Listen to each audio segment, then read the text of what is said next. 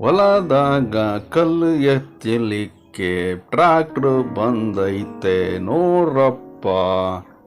ಆರೆ ನೋಡಿ ಹಿಂಗೆ ಎತ್ತಕತ್ತೈತಲ್ರಿ ಟ್ರ್ಯಾಕ್ಟ್ರು. ಹೊಲದಾಗಿರೋ ಕಲ್ಲುಗಳನ್ನು ಎತ್ತುವುದಕ್ಕೋಸ್ಕರ ಮಷೀನ್ ಬಂದಿದೆ.